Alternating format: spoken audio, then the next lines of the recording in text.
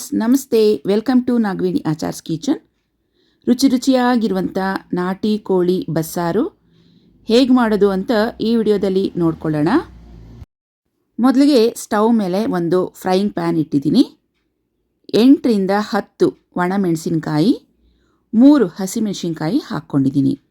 ನಿಮ್ಮ ಖಾರಕ್ಕೆ ತಕ್ಕಂತೆ ನೀವು ಮೆಣಸಿನ್ಕಾಯನ್ನು ಸೇರಿಸ್ಕೋಬೋದು. 1 ಟೀ ಸ್ಪೂನಷ್ಟು ಎಣ್ಣೆ ಹಾಕ್ಕೊಂಡು ಇದನ್ನು ಫ್ರೈ ಮಾಡ್ಕೋಬೇಕಾಗುತ್ತೆ. ನಾನಿಲ್ಲಿ ಹಸಿಮೆಣಸಿನ್ಕಾಯಿ ಒಣಮೆಣಸಿನ್ಕಾಯಿ ಎರಡನ್ನೂ ಯೂಸ್ ಮಾಡ್ತಾ ಇದ್ದೀನಿ. ಟೇಸ್ಟ್ ತುಂಬಾ ಚೆನ್ನಾಗಿರುತ್ತೆ. ಹಾಗೆಯೇ ಮೀಡಿಯಮ್ ಸೈಜ್ದು 3 ಈರುಳ್ಳಿ ಈ ರೀತಿಯಾಗಿ ಸಣ್ಣಕ್ಕೆ ಕಟ್ ಮಾಡಿಕೊಂಡು ಮೆಣಸಿನ್ಕಾಯಿ ಜೊತೆಗೆ ಸೇರಿಸ್ಕೊಳ್ತಾ ಇದ್ದೀನಿ. 8 ರಿಂದ 10 ಇಲ್ಕಷ್ಟು ಬೆಳ್ಳುಳ್ಳಿ, ಹಾಗೆಯೇ 1 ಇಂಚಷ್ಟು ಶುಂಠಿ ಸೇರಿಸ್ಕೊಳ್ಳೋಣ. ಇವಿಷ್ಟನ್ನ ಒಟ್ಟಾಗಿ ಸೇರಿಸಿ ಫ್ರೈ ಮಾಡ್ಕೋಬೇಕು.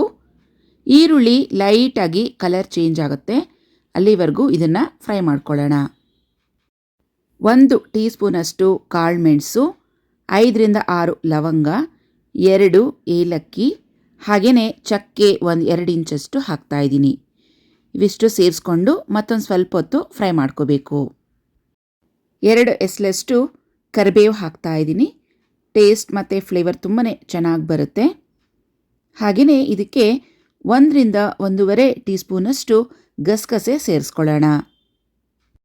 ಅರ್ಧ ಕಪ್ಪಷ್ಟು ಒಣಕೊಬ್ಬರಿ ಸೇರಿಸ್ಕೊಂಡು ಸ್ಟವನ್ನು ಆಫ್ ಮಾಡ್ಕೋತೀನಿ. ಈಗ ಇದ್ರ ಜೊತೆಗೆ 2 ಟೇಬಲ್ ಸ್ಪೂನಷ್ಟು ಉರಿಗಡಲೆ ಅಥವಾ ಕಡಲೆ ಪಪ್ಪನ್ನು ಸೇರಿಸ್ಕೊಳ್ಳಿ. ಉರಿಗಡಲೆ ಹಾಕೋದ್ರಿಂದ ಸಾಂಬಾರು ಸ್ವಲ್ಪ ಗಟ್ಟಿಯಾಗಿ ಬರುತ್ತೆ, ಗ್ರೇವಿ ಚೆನ್ನಾಗಿ ಬರುತ್ತೆ. ಹಾಗೆಯೇ 1 ಕಪ್ಪಷ್ಟು ಹಸಿ ತೆಂಗಿನಕಾಯಿ ಕೂಡ ಸೇರಿಸ್ಕೊತಾ ಇದ್ದೀನಿ. ಧನಿಯಾ ಪುಡಿ 2 ಟೇಬಲ್ ಸ್ಪೂನಷ್ಟು. ಇವಿಷ್ಟು ಮಸಾಲೆ ತಣ್ಣಕ್ಕಾಗೋದಕ್ಕೆ ಬಿಟ್ಬಿಡೋಣ. ಈ ಕಡೆ ಸ್ಟವ್ ಮೇಲೆ ಒಂದು ಪ್ರೆಷರ್ ಕುಕ್ಕರನ್ನು ಇಟ್ಟಿದ್ದೀನಿ. 2 ಚಮಚದಷ್ಟು ಎಣ್ಣೆ ಹಾಕ್ಕೊಂಡು ಬಿಸಿ ಆದಮೇಲೆ ಇದಕ್ಕೆ ಸಣ್ಣದಾಗಿ ಕಟ್ ಮಾಡಿರುವಂಥ ಈರುಳ್ಳಿಯನ್ನು ಒಗ್ಗರಿಸ್ಕೊಳ್ಳೋಣ. ಈರುಳ್ಳಿ ಸ್ವಲ್ಪ ಲೈಟಾಗಿ ಫ್ರೈ ಮಾಡಿಕೊಂಡು 2 ಎಸಳಷ್ಟು ಕರಿಬೇವನ್ನು ಸೇರಿಸ್ಕೊಳ್ಳಿ.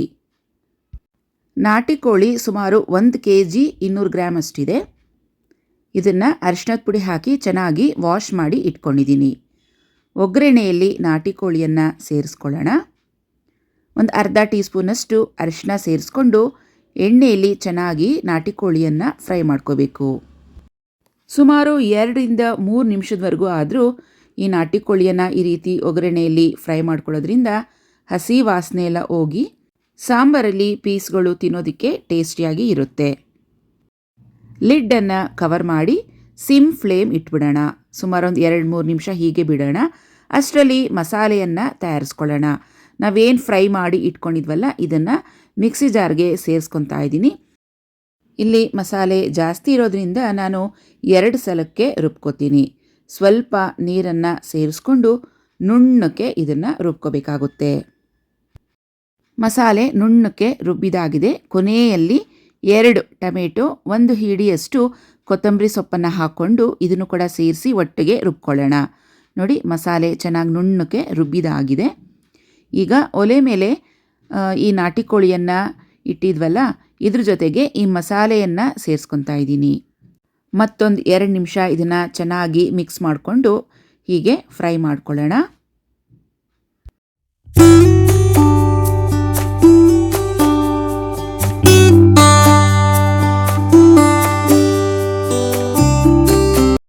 ರುಚಿಗೆ ತಕ್ಕಷ್ಟು ಉಪ್ಪನ್ನು ಸೇರಿಸ್ಕೊಳ್ಳೋಣ. ನಾನಿಲ್ಲಿ ಕಲ್ಲುಪ್ಪನ್ನು ಸೇರಿಸ್ತಾ ಇದ್ದೀನಿ. ಇದನ್ನೆಲ್ಲ ಒಂದ್ಸತಿ ಚೆನ್ನಾಗಿ ಮಿಕ್ಸ್ ಮಾಡಿಕೊಂಡು ನೀರನ್ನು ಸೇರಿಸ್ಕೋಬೇಕಾಗುತ್ತೆ. ಸಾಂಬಾರು ನಮಗೆ ಯಾವ ಹದಕ್ಕೆ ಬೇಕೋ ನೋಡಿಕೊಂಡು ನೀರನ್ನು ಸೇರಿಸ್ಕೋಬೇಕು. ಈ ನಾಟಿ ಕೋಳಿ ಬಸ್ಸಾರು ತುಂಬ ಗಟ್ಟಿಯಾಗೂ ಇರಬಾರ್ದು ಅಥವಾ ತುಂಬ ತೆಳುವಾಗೂ ಇರಬಾರ್ದು. ಮೀಡಿಯಮ್ ಆಗಿ ನೋಡಿಕೊಂಡು ನಾವು ನೀರನ್ನು ಸೇರಿಸ್ಬೇಕಾಗುತ್ತೆ. ಈಗ ಪ್ರೆಷರ್ ಕುಕ್ಕರ್ ಲಿಡ್ಡನ್ನು ಕವರ್ ಮಾಡ್ತಾ ಇದ್ದೀನಿ. ಇದು 3 ವಿಸಿಲ್ ಬರಬೇಕು. ಇದು ಒರಿಜಿನಲ್ ನಾಟಿ ಕೋಳಿ ಆಗಿರೋದ್ರಿಂದ ಸ್ವಲ್ಪ ಗಟ್ಟಿ ಇರುತ್ತೆ, ಹಾಗಾಗಿ 3 ವಿಸಿಲನ್ನು ಕೂಗಿಸ್ಕೊತೀನಿ. ರೆಗ್ಯುಲರ್ ಆಗಿ ನಮಗೆ ಅಂಗಡಿಯಲ್ಲಿ ಸಿಗುವಂಥ ನಾಟಿ ಕೋಳಿ ಆದರೆ 1 ಅಥವಾ 2 ವಿಸಿಲ್ಗೆ ಬೆಂದೋಗುತ್ತೆ. ನಾಟಿ ಕೋಳಿ ಬಸ್ಸಾರು ಆಗಿರೋದ್ರಿಂದ ನಾಟಿ ಕೋಳಿಯನ್ನು ಸಾಂಬಾರಲ್ಲಿ ಬೇಯಿಸ್ಕೊಂಡು ಅದನ್ನು ಬಸ್ದು ಸಪ್ರೇಟಾಗಿ ಒಗ್ಗರಣೆಯನ್ನು ಕೊಡ್ತೀವಿ. ನಾಟಿ ಕೋಳಿ ಒಗ್ಗರಣೆಗೆ ಒಂದು ಸ್ಪೆಷಲ್ ಮಸಾಲೆ ಪುಡಿಯನ್ನು ತಯಾರಿಸ್ಕೋಬೇಕು. ಒಂದು ಪ್ಯಾನ್ ಇಟ್ಕೊಂಡಿದ್ದೀನಿ.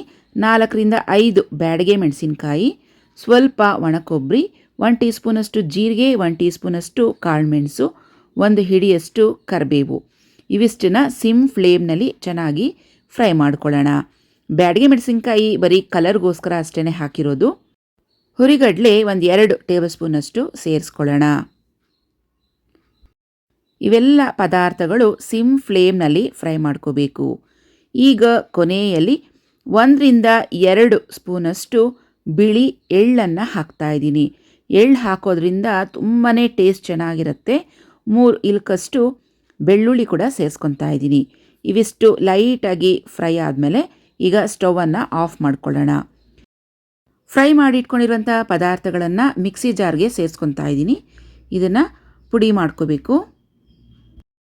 ಮಿಕ್ಸಿಯನ್ನು ಬಿಟ್ಟು ಆನ್ ಮಾಡಬೇಕು. ಒಟ್ಟಿಗೆ ಆನ್ ಮಾಡಿದ್ರೆ ಸರಿಯಾಗಿ ಪುಡಿ ಆಗಲ್ಲ. ನೋಡಿ, ಈ ರೀತಿಯಾಗಿ ತುಂಬ ನುಣ್ಣಕ್ಕೂ ಅಲ್ಲ, ತುಂಬ ತೆರೆಯಾಗೂ ಅಲ್ಲ, ಈ ರೀತಿಯಾಗಿ ಮೀಡಿಯಮ್ ಆಗಿ ಪುಡಿ ಮಾಡಿ ಇಟ್ಕೋಬೇಕು. ಈ ಕಡೆ ಪ್ರೆಷರ್ ಕುಕ್ಕರ್ 3 ವಿಸಿಲ್ ಬಂದಾಯಿತು. ಪ್ರೆಷರ್ ಎಲ್ಲ ರಿಲೀಸ್ ಆದಮೇಲೆ ಓಪನ್ ಮಾಡಿ ನೋಡೋಣ. ವಾವ್, ನೋಡಿದ್ರಾ, ನಮ್ಮ ನಾಟಿ ಕೋಳಿ ಸಾರು ತುಂಬ ರುಚಿಯಾಗಿ ಅದ್ಭುತವಾಗಿ ತಯಾರಿಯಾಗಿದೆ. ಈ ನಾಟಿ ಕೋಳಿ ಸಾಂಬಾರನ್ನು ಹೀಗೆ ಕೂಡ ಬಳಸ್ಬೋದು. ಇದ್ರಲ್ಲೇ ಬಸ್ಸಾರು ಕೂಡ ಮಾಡ್ಬೋದು. ನೋಡಿ, ನಾಟಿ ಕೋಳಿ ಸಾರು ಹೇಗಿರಬೇಕು ಅಂದರೆ ಈ ರೀತಿಯಾಗಿ ಸೂಪ್ ಕನ್ಸಿಸ್ಟೆನ್ಸಿಲಿ ಇರಬೇಕು. ಲೋಟಕ್ಕೆ ಹಾಕ್ಕೊಂಡು ಕುಡಿಯೋ ಥರ ಇರಬೇಕು. ತುಂಬಾ ಟೇಸ್ಟಿಯಾಗಿರುತ್ತೆ. ಬಾಣಂತಿಯರಿಗಂತೂ ಇದು ಒಂದು ಒಳ್ಳೆ ಆಹಾರ ಅಂತ ಹೇಳ್ಬೋದು. ಈಗ ನಾಟಿ ಕೋಳಿಯನ್ನು ಬಸ್ದು ಅದಕ್ಕೆ ಹೇಗೆ ಒಗ್ಗರಣೆ ಕೊಡೋದು ಅಂತ ತೋರಿಸ್ತೀನಿ. ಒಂದು ಫ್ರೈಯಿಂಗ್ ಪ್ಯಾನ್ ಇಟ್ಟಿದ್ದೀನಿ. 2 ಟೇಬಲ್ ಸ್ಪೂನಷ್ಟು ಎಣ್ಣೆ ಹಾಕ್ಕೊಂಡು ಸಣ್ಣದಾಗಿ ಕಟ್ ಮಾಡಿರುವಂಥ 2 ಈರುಳ್ಳಿಯನ್ನು ಸೇರಿಸ್ಕೊಳ್ಳೋಣ. ಜೊತೆಗೆ 1-2 ಎಸಲಷ್ಟು ಕರಿಬೇವು ಕೂಡ ಹಾಕ್ಕೊಳ್ಳಿ. ಈರುಳ್ಳಿ ಜಾಸ್ತಿ ಹಾಕಿದಷ್ಟು ಈ ನಾಟಿ ಕೋಳಿ ಪಲ್ಯ ತುಂಬಾ ಟೇಸ್ಟಿಯಾಗಿ ಇರುತ್ತೆ. ಈರುಳ್ಳಿಯನ್ನು ತುಂಬ ಡಾರ್ಕ್ ಬ್ರೌನ್ ಬರೋವರೆಗೂ ಫ್ರೈ ಮಾಡೋಕ್ಕೆ ಹೋಗಬೇಡಿ. ಒಂದು ಅರ್ಧದಷ್ಟು ಈರುಳ್ಳಿ ಫ್ರೈ ಆದರೆ ಸಾಕು. ಈಗ ಇದಕ್ಕೇ ಸ್ವಲ್ಪ ಉಪ್ಪನ್ನು ಸೇರಿಸ್ತಾ ಇದ್ದೀನಿ. ಉಪ್ಪು ಸೇರಿಸಿದ ಮೇಲೆ ಎಲ್ಲ ಚೆನ್ನಾಗಿ ಒಟ್ಟಾಗಿ ಮಿಕ್ಸ್ ಮಾಡ್ಕೊಳ್ಳಿ. ಈಗ ಈ ಸಾಂಬಾರಲ್ಲಿ ಈ ನಾಟಿ ಕೋಳಿ ಏನಿರುತ್ತಲ್ವ ಚೆನ್ನಾಗಿ ಬೆಂದಿರುತ್ತೆ. ಇದರಲ್ಲೇ 1-2 ಸೌಟ್ನಷ್ಟು ಸಾಂಬಾರೆಲ್ಲ ಚೆನ್ನಾಗಿ ಶೋಧಿಸಿ ಈ ರೀತಿಯಾಗಿ ಒಂದು ಜಾಲರ ತಗೊಳ್ಳಿ, ಚೆನ್ನಾಗಿ ಬರುತ್ತೆ. ಈ ಶೋಧಿಸಿರುವಂಥ ಈ ನಾಟಿ ಕೋಳಿಯನ್ನು ಒಗ್ಗರಣೆಗೆ ಸೇರಿಸ್ಕೋಬೇಕು. ಸಾಂಬಾರಲ್ಲಿ ಇರುವಂಥ ಈ ನಾಟಿ ಕೋಳಿಯನ್ನು ಅರ್ಧ ಭಾಗದಷ್ಟು ಒಗ್ಗರಣೆಗೆ ಹಾಕ್ತೀನಿ. ಇನ್ನು ಅರ್ಧ ಭಾಗದಷ್ಟು ನಾಟಿ ಕೋಳಿ ಸಾಂಬಾರಲ್ಲಿ ಹಾಗೆ ಬಿಡ್ತೀನಿ. ಒಗ್ಗರಣೆಯಲ್ಲಿ ನಾಟಿ ಕೋಳಿಯನ್ನು ಸೇರಿಸಿ ಚೆನ್ನಾಗಿ ಮಿಕ್ಸ್ ಮಾಡ್ಕೋಬೇಕು. 1-2 ನಿಮಿಷ ಹೀಗೆ ಫ್ರೈ ಮಾಡಿದ್ಮೇಲೆ ಇದಕ್ಕೆ ಪುಡಿ ಮಾಡಿ ಇಟ್ಕೊಂಡಿದ್ವಲ್ವ ಆಗಲೇ, ಈ ಪುಡಿಯನ್ನು ಸೇರಿಸ್ತಾ ಇದ್ದೀನಿ. ನಾನೀಗ ಎಷ್ಟು ಪುಡಿ ಮಾಡಿದ್ದೀನೋ ಅಷ್ಟು ಪುಡಿ ಕೂಡ ಇದಕ್ಕೆ ಬೇಕಾಗುತ್ತೆ. ಯಾಕಂದರೆ ಇದರಲ್ಲಿ ಖಾರ ಹೆಚ್ಚಾಗಿ ಹಾಕಿಲ್ಲ, ಬರೀ ಬ್ಯಾಡಗೆ ಮೆಣಸಿನ್ಕಾಯಿ ಹಾಕಿರೋದು ಅಷ್ಟೇ. ಹಾಗಾಗಿ ಪೂರ್ತಿ ಪುಡಿ ಹಾಕಿದ್ರೂ ತುಂಬಾ ಚೆನ್ನಾಗಿರುತ್ತೆ. ಈ ನಾಟಿ ಕೋಳಿ ಸಾಂಬಾರಲ್ಲೇ ಚೆನ್ನಾಗಿ ಬೆಂದಿರೋದ್ರಿಂದ ಉಪ್ಪು, ಖಾರ, ಸ್ಪೈಸಸ್ ಎಲ್ಲ ಚೆನ್ನಾಗಿ ಹಿಡ್ದಿರುತ್ತೆ. ಹಾಗಾಗಿ ಇದಕ್ಕೆ ಹೆಚ್ಚಿಗೆ ಎಕ್ಸ್ಟ್ರಾ ಖಾರ ಏನು ಹಾಕುವಂಥ ಅವಶ್ಯಕತೆ ಇಲ್ಲ. ಈ ಪುಡಿ ಒಂದು ಹಾಕಿದ್ರೆ ಸಾಕು. ಈ ಪುಡಿಯೆಲ್ಲ ಹಾಕಿದ್ಮೇಲೆ ಚೆನ್ನಾಗಿ ಮಿಕ್ಸ್ ಮಾಡ್ಕೊಳ್ಳೋಣ. ನೋಡಿ, ಇನ್ನೂ ನಿಮಗೆ ಪುಡಿ ಬೇಕು ಅನಿಸಿದ್ರೆ ಉಳಿದಿರುವಂಥ ಎಲ್ಲ ಪುಡಿ ಕೂಡ ಸೇರಿಸ್ಕೊಂಡು ಇದನ್ನು ಚೆನ್ನಾಗಿ ಮಿಕ್ಸ್ ಮಾಡ್ಕೋಬೋದು. ಹೆಚ್ಚಾಗಿ ಪುಡಿ ಹಾಕಿದಷ್ಟು ತುಂಬಾ ಚೆನ್ನಾಗಿರುತ್ತೆ. ನೋಡಿ, ನಮ್ಮ ನಾಟಿ ಕೋಳಿ ಬಸ್ಸಾರಿನಲ್ಲಿ ಬಂದಿರುವಂಥ ಪಲ್ಯ, ನಾಟಿ ಕೋಳಿ ಪಲ್ಯ ಅಂತ ಹೇಳ್ಬೋದು. ಕೊನೆಯಲ್ಲಿ ಕೊತ್ತಂಬರಿ ಸೊಪ್ಪನ್ನು ಹಾಕಿ ಸ್ಟವನ್ನು ಆಫ್ ಮಾಡ್ಕೊಳ್ಳೋಣ. ನೋಡಿ, ಹಳ್ಳಿ ಸ್ಟೈಲ್ನಲ್ಲಿ ನಾಟಿ ಕೋಳಿ ಬಸ್ಸಾರು ರುಚಿಯಾಗಿ ತಯಾರಿಯಾಗಿದೆ. ನೀವು ಕೂಡ ಒಂದು ಸಲ ಈ ರೀತಿಯಾಗಿ ಟ್ರೈ ಮಾಡಿ ನೋಡಿ. ನಿಮ್ಮ ಮನೆಯವರಿಗೆ ಎಲ್ಲರಿಗೂ ತುಂಬಾ ಇಷ್ಟ ಆಗುತ್ತೆ. ಇವತ್ತು ನಾನು ನಾಟಿ ಕೋಳಿ ಬಸ್ಸಾರು ಜೊತೆಗೆ ರಾಗಿ ಮುದ್ದೆಯನ್ನು ಮಾಡ್ಕೊಂಡಿದ್ದೀನಿ. ಆರೋಗ್ಯಕರವಾದ ಜೀವನವನ್ನು ನಡೆಸಬೇಕು ಅಂದರೆ ಆರೋಗ್ಯವನ್ನು ಕಾಪಾಡಿಕೊಳ್ಳೋದು ತುಂಬಾ ಮುಖ್ಯ. ಆರೋಗ್ಯ ಬೇಕು ಅಂತ ಹೇಳಿದ್ರೆ ನಾವು ಆರೋಗ್ಯಕರವಾದ ಆಹಾರವನ್ನು ಸೇವಿಸೋದು ತುಂಬಾ ಮುಖ್ಯ. ಬ್ರಾಯ್ಲರ್ ಕೋಳಿ ಒಳ್ಳೆಯದಾ ಇಲ್ಲ ನಾಟಿ ಕೋಳಿ ಒಳ್ಳೆಯದಾ ಅಂತ ಎರಡನ್ನೂ ಕಂಪೇರ್ ಮಾಡಿದ್ರೆ ನಾನು ಹೇಳೋ ಪ್ರಕಾರ ನಾಟಿ ಕೋಳಿನೇ ಒಳ್ಳೆಯದು ಅಂತ ಹೇಳ್ತೀನಿ. ಒಂದು ಕೋಳಿ ಪೂರ್ತಿಯಾಗಿ ಬೆಳಿಬೇಕು ಅಂತ ಹೇಳಿದ್ರೆ 2 3 ತಿಂಗಳವರೆಗೂ ಅದು ಕಂಪ್ಲೀಟಾಗಿ ಬೆಳೆದ ಮೇಲೇ ನಾವು ಅದನ್ನು ಸೇವಿಸಬೇಕು. ಈಗ ಆ ಕೋಳಿಗಳಿಗೆ ಇಂಜೆಕ್ಷನ್ಸ್ ಎಲ್ಲ ಕೊಟ್ಟು 2 3 ತಿಂಗಳಿಗೆ ಬೆಳಿಬೇಕಾಗಿರುವಂಥ ಕೋಳಿಗಳನ್ನ 15 ದಿನಗಳಿಗೇ ಬೆಳೆದು ನಿಂತುಬಿಡಬೇಕು. 15 ದಿನಕ್ಕೇ 2 3 kg ಆಗೋಷ್ಟು ತೂಕ ಬರಬೇಕು ಅಂತೇಳಿ ಇಂಜೆಕ್ಷನ್ಸು, ಸ್ಟೆರಾಯ್ಡ್ಸ್ ಈ ಥರದ್ದೆಲ್ಲ ಕೊಡ್ತಾ ಇದ್ದಾರೆ. ಅಂಥ ಕೋಳಿಗಳನ್ನು ನಾವು ಸೇವಿಸೋದ್ರಿಂದ ಅದು ನಮ್ಮ ಹೆಲ್ತ್ ಮೇಲೆ ಪರಿಣಾಮ ಬೀರ್ತಾ ಇದೆ. 3 ತಿಂಗಳು ಬೆಳಿಬೇಕಾಗಿರುವಂಥ ಕೋಳಿ 15 ದಿನಕ್ಕೇ ತಯಾರಿಯಾಗಿ ನಿಲ್ತಾ ಇದೆ ಅಂತ ಹೇಳಿದ್ರೆ ಅದಕ್ಕೆ ಇನ್ಯಾವ ಥರ ಮೆಡಿಸನ್ಸು, ಇಂಜೆಕ್ಷನ್ಸು ಕೊಡ್ತಾ ಇದ್ದಾರೆ. ಅಂಥ ಆಹಾರ ನಾವು ಸೇವಿಸಿದಾಗ ಅದೇ ಮೆಡಿಸನ್, ಇಂಜೆಕ್ಷನ್ಸ್ ಏನಿರುತ್ತೆ ಅದು ನಮ್ಮ ಹೊಟ್ಟೆಗೆ, ನಮ್ಮ ಮೈಗೂ ಸೇರುತ್ತೆ. ಆದ್ದರಿಂದ ನಮ್ಮ ಹೆಣ್ಮಕ್ಳೆಲ್ಲ 8 ವರ್ಷಕ್ಕೆ, 9 ವರ್ಷಕ್ಕೆ, 10 ವರ್ಷಕ್ಕೆ ಪ್ಯುಬರ್ಟಿ ಅಂದರೆ ಮೆಚ್ಯೂರ್ ಆಗ್ತಾ ಇದ್ದಾರೆ. ಇದೇ ಕಾರಣಗಳಿಂದ. ಹಾಗಾಗಿ ನ್ಯಾಚುರಲ್ ಆಗಿ ಬೆಳೆದಿರುವಂಥ ನಾಟಿ ಕೋಳಿಗಳು ಹಳ್ಳಿಗಳ ಕಡೆ ಸಿಕ್ಕಿದ್ರೆ ತರಿಸ್ಕೊಳ್ಳಿ, ಅಂಥದ್ದನ್ನೇ ಸೇವಿಸಿ. ಕೊನೆ ಪಕ್ಷದಲ್ಲಿ ಏನೂ ಸಿಗಲಿಲ್ಲ ಅಂತ ಹೇಳಿದ್ರೆ ಇನ್ನೇನು ಮಾಡೋದು ಅಂತೇಳಿ ಸಿಟಿಲೇ ಸಿಗುವಂಥ ಬಾಯ್ಲರ್ ಕೋಳಿಗಳನ್ನು ತಿನ್ನೋಕ್ಕೆ ಹೋಗಬೇಡಿ. ಇದರಿಂದ ನಮಗೆ ಚಿಕ್ಕ ವಯಸ್ಸಿನಲ್ಲೇ ಎಲ್ಲ ಥರದ ಹೆಲ್ತ್ ಪ್ರಾಬ್ಲಮ್ಸನ್ನು ನಾವು ಫೇಸ್ ಮಾಡ್ತಾ ಇರ್ತೀವಿ. BP, ಶುಗರು, ಹೆಣ್ಮಕ್ಳಲ್ಲಿ ಥೈರಾಯ್ಡ್ಸು, PCOD, PCOS ಇನ್ನೂ ಬೇಕಾದಷ್ಟು ಇಂಥದ್ದೇ ಕಾಯಿಲೆ ಬರುತ್ತೆ ಅಂತ ಕೂಡ ನಾವು ಡೈರೆಕ್ಟಾಗಿ ಹೇಳೋಕ್ಕೂ ಆಗೋದಿಲ್ಲ. ಚಿಕ್ಕ ಚಿಕ್ಕ ವಯಸ್ಸಿನಲ್ಲೇ ಕೊಲೆಸ್ಟ್ರಾಲ್ಸ್ ಜಾಸ್ತಿಯಾಗಿ ಬಾಡಿಯಲ್ಲಿ ಹಾರ್ಟ್ ಅಟ್ಯಾಕ್ ಪ್ರಾಬ್ಲಮ್ಸ್ ಹೆಚ್ಚಾಗಿ ನಾವು ಪ್ರತಿನಿತ್ಯ ನೋಡ್ತಾನೆ ಇರ್ತೀವಿ. ಓವರ್ ವೇಟ್ ಆಗೋದಕ್ಕೆ ಇದು ಸಹ ಕಾರಣ ಅಂತ ಹೇಳ್ಬೋದು. ಇನ್ನು ಚಿಕನ್ ಅಷ್ಟೇ ಅಲ್ಲ, ಮೀನು ಕೂಡ ಅಷ್ಟೇ. ಈಗ ಕೆರೆಗಳಲ್ಲಿ ಬೆಳೆದಿರುವಂಥ ಮೀನುಗಳನ್ನು ತಿನ್ನೋದಕ್ಕೂ ಭಯ ಆಗ್ತಾ ಇದೆ. ಕೆರೆಗಳಲ್ಲಿ ಮೀನುಗಳಿಗೆ ಯಾವ ಥರ ಆಹಾರ ಹಾಕ್ತಾರೆ ಅಂತ ನಾವು ನೋಡಿದ್ರೆ, ಅಕಸ್ಮಾತ್ ಕೇಳಿಸ್ಕೊಂಡ್ರೆ ನಿಜವಾಗ್ಲೂ ನಾವು ಕೆರೆ ಮೀನನ್ನು ತಿನ್ನೋಕ್ಕೆ ಹೋಗೋದಿಲ್ಲ.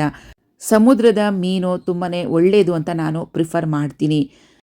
ಕೆರೆ ಮೀನಿಗಿಂತ ಸಮುದ್ರದ ಮೀನು ಬೆಲೆಯಲ್ಲಿ ಸ್ವಲ್ಪ ಜಾಸ್ತಿ ಆದರೂ ಪರವಾಗಿಲ್ಲ, ಹೆಲ್ತ್ಗೆ ಅದೇ ಒಳ್ಳೆಯದು. ಕಮ್ಮಿ ಬೆಲೆಯಲ್ಲಿ ಸಿಗ್ತಿದೆ ಅಂಥೇಳಿ ನಾವು ವಿಷಾನ ತಗೊಂಡು ಬಂದು ಪ್ರತಿದಿನ ತಿನ್ನೋಕ್ಕಾಗೋದಿಲ್ಲ ಅಲ್ವಾ ಫ್ರೆಂಡ್ಸ್. ನಾವು ಚಿಕನ್ ಕಬಾಬ್ ಅಥವಾ ಚಿಕನ್ ಲಾಲಿಪಾಪ್ ಮಾಡೋದಕ್ಕೆ ಡೀಪ್ ಫ್ರೈಯನ್ನು ಮಾಡ್ತೀವಿ. ಅದಕ್ಕೆ ಎಣ್ಣೆ ಸುಮಾರಷ್ಟು ಬೇಕಾಗುತ್ತೆ. ಡೀಪ್ ಫ್ರೈಡ್ ಐಟಮ್ಸು ನಮ್ಮ ಆರೋಗ್ಯಕ್ಕೆ ಒಳ್ಳೆಯದು ಕೂಡ ಅಲ್ಲ. ಎಣ್ಣೆ 1 ಡ್ರಾಪು ಇಲ್ದಿರಂಗೆ ನಿಮಗೆ ಕಬಾಬ್ ಹೇಗೆ ಮಾಡೋದು ಅಂತ ಇವತ್ತು ತೋರಿಸ್ತಾ ಇದ್ದೀನಿ. ಮಾಮೂಲಿ ಕಬಾಬ್ ಮಸಾಲೆಗೆ ಏನೇನು ಮನೆಯಲ್ಲಿ ಕಲಿಸ್ತೀವೋ ಅದನ್ನೆಲ್ಲ ಕಲಸಿ ಚಿಕನ್ಗೆ ಮ್ಯಾರಿನೇಟ್ ಮಾಡಿ 4 ರಿಂದ 5 ಅವರಷ್ಟು ಫ್ರಿಜ್ನಲ್ಲಿ ಇಟ್ಬಿಟ್ಟಿದ್ದೀನಿ. ಈ ಮ್ಯಾರಿನೇಟ್ ಮಾಡಿರುವಂಥ ಚಿಕನ್ನ ಏರ್ ಫ್ರೈಯರ್ನಲ್ಲಿ ಇಟ್ಟಿದ್ದೀನಿ. ನೋಡಿ, ಈ ರೀತಿಯಾಗಿ ಒಂದು ಫಾಯಿಲ್ ಶೀಟನ್ನು ಹಾಕಿ ಅದರಲ್ಲಿ ಸ್ವಲ್ಪ ದೂರಕ್ಕೆ ಈ ಕಲಸಿಟ್ಟಿರುವಂಥ ಈ ಚಿಕನ್ ಲಾಲಿಪಾಪ್ಸನ್ನು ಜೋಡಿಸಿದ್ದೀನಿ. ಒಟ್ಟಿಗೆ ಜಾಸ್ತಿ ಕೂಡ ಇಡಬಾರ್ದು, ಪೀಸ್ಗಳು ಚೆನ್ನಾಗಿ ಬೇಯೋದಿಲ್ಲ. ಸುಮಾರು 12 ನಿಮಿಷಕ್ಕೆ 180 ಡಿಗ್ರೀಸ್ನಲ್ಲಿ ಇದನ್ನು ಇಟ್ಟಿದ್ದೀನಿ. ಮಧ್ಯದಲ್ಲಿ ಬೇಕಿದ್ದರೆ ಈ ಚಿಕನ್ಗಳೆಲ್ಲ ಏನಿದೆ ಅದನ್ನು ಇನ್ನೊಂದು ಸೈಡ್ಗೆ ಟರ್ನ್ ಮಾಡ್ಕೋಬೋದು. ಒಂದು 6 ನಿಮಿಷ ಆದಮೇಲೆ ನೋಡಿ, 12 ನಿಮಿಷ ಆದಮೇಲೆ ಈ ರೀತಿಯಾಗಿ ತಯಾರಿಯಾಗಿದೆ. ಇಷ್ಟಕ್ಕೆ ಸಾಕು ಅನಿಸುತ್ತೆ ನನಗೆ. ನಿಮಗೆ ಇನ್ನೂ ಸ್ವಲ್ಪ ಚೆನ್ನಾಗಿ ರೋಸ್ಟ್ ಥರ ಬರಬೇಕು ಅಂತ ಹೇಳಿದ್ರೆ ಇನ್ನೊಂದು 3 ನಿಮಿಷ ಎಕ್ಸ್ಟೆಂಡ್ ಮಾಡ್ಕೋಬೋದು, 15 ನಿಮಿಷಕ್ಕೆ ಇಟ್ಕೋಬೋದು. ಆದರೆ ಆ ಚಿಕನ್ ಸ್ವಲ್ಪ ಗಟ್ಟಿಯಾಗುತ್ತೆ, ಕಚ್ಚೋದಕ್ಕಾಗೋದಿಲ್ಲ. ಸೊ ಸ್ವಲ್ಪ ಜ್ಯೂಸಿ ಥರ ಬೇಕು ಅಂದರೆ ಒಂದು 12 ನಿಮಿಷಕ್ಕೆ ಇದನ್ನು ಇಟ್ಟು ತೆಗಿಬೋದು. ನೋಡಿ, ತುಂಬಾ ಚೆನ್ನಾಗಿ ತಯಾರಿಯಾಗಿದೆ ಚಿಕನ್ ಲಾಲಿಪಾಪ್ಸ್. ಒಂದು ಡ್ರಾಪ್ ಎಣ್ಣೆ ಕೂಡ ಹಾಕದಿರಂಗೆ ಚಿಕನ್ ಲಾಲಿಪಾಪ್ಸನ್ನು ತಯಾರಿ ಮಾಡಿದ್ದೀನಿ. ನಿಮಗೆ ಬೇಕು ಅನಿಸಿದ್ರೆ ಆಯಿಲ್ ಅಥವಾ ಸ್ವಲ್ಪ ಬೆಣ್ಣೆ ಅಥವಾ ತುಪ್ಪ ಯಾವುದಾದ್ರೂ ಸರಿ ಸ್ವಲ್ಪ ಬ್ರಷಿಂಗ್ ಮಾಡ್ಕೋಬೋದು. ಮಧ್ಯಾಹ್ನ ನಾಟಿ ಕೋಳಿ ಬಸ್ಸಾರು ಗಡತ್ತಾಗಿ ಊಟ ಮಾಡಿದಾಯಿತು. ರಾತ್ರಿಗೆ ಊಟ ಸ್ವಲ್ಪ ಲೈಟಾಗಿರಲಿ ಅಂತೇಳಿ 4 ಪೀಸಷ್ಟು ಎಣ್ಣೆ ಹಾಕದಿರಂಗೆ ಮಾಡಿರುವಂಥ ಹೇರ್ ಫ್ರೈಡ್ ಲಾಲಿಪಾಪ್ಸ್ 4 ಇಟ್ಕೊಂಡಿದ್ದೀನಿ. ಹಾಗೆಯೇ ತಟ್ಟೆ ತುಂಬ ಹಸಿ ತರಕಾರಿಗಳನ್ನು ಜೋಡಿಸ್ಕೊಂಡಿದ್ದೀನಿ. ಸೊ ಇದಿಷ್ಟು ಇವತ್ತಿನ ನನ್ನ ರಾತ್ರಿ ಡಿನ್ನರ್ ಅಂತ ಹೇಳ್ತೀನಿ. ನೋಡಿ, ಹಸಿ ತರಕಾರಿಗಳು ನಾವು ಎಷ್ಟು ತಿಂತೀವೋ ಅಷ್ಟು ಒಳ್ಳೆಯದೇ. ಎಲ್ಲರಿಗೂ ತುಂಬಾ ಇಷ್ಟ ಆಯಿತು ಟೇಸ್ಟ್ ಇದು. ಏಕೆಂದರೆ ಎಣ್ಣೆಲಿ ಮಾಡಿಲ್ಲ, ಹೇಗಿರುತ್ತೋ ಏನೋ ಟೇಸ್ಟ್ ಅಂತ ಎಲ್ಲರೂ ಅಂದ್ಕೊಂಡಿದ್ರು. ತಿಂದ ಮೇಲೆ ಎಲ್ಲರಿಗೂ ತುಂಬಾ ಇಷ್ಟ ಆಯಿತು. ಸೊ ನೀವು ಕೂಡ ಹೀಗೆ ಒಂದು ಸಲ ಟ್ರೈ ಮಾಡಿ ನೋಡಿ. ಸೊ ಫ್ರೆಂಡ್ಸ್, ಇವತ್ತಿನ ವಿಡಿಯೋ ಇಲ್ಲಿಗೆ ಮುಗಿಸ್ತಾ ಇದ್ದೀನಿ. ಇವತ್ತು ನಾನು ಮಾಡಿದಂಥ ರೆಸಿಪಿ ನಿಮಗೆ ಇಷ್ಟ ಆಗಿದರೆ ಪ್ಲೀಸ್ ಒಂದು ಲೈಕ್ ಮಾಡಿ ವಿಡಿಯೋಗೆ. ನಿಮ್ಮ ಫ್ರೆಂಡ್ಸ್ ಜೊತೆಗೆ ಈ ವಿಡಿಯೋನ ಶೇರ್ ಮಾಡಿಕೊಂಡು ಸಬ್ಸ್ಕ್ರೈಬ್ ಮಾಡ್ಕೊಳ್ಳೋದನ್ನ ಮರಿಬೇಡಿ. ಮತ್ತೆ ಭೇಟಿ ಆಗ್ತೀನಿ ಮತ್ತೊಂದು ವಿಡಿಯೋದಲ್ಲಿ. ಅಲ್ಲಿವರೆಗೂ ಟೇಕ್ ಕೇರ್. Bye friends. ನಮಸ್ತೆ.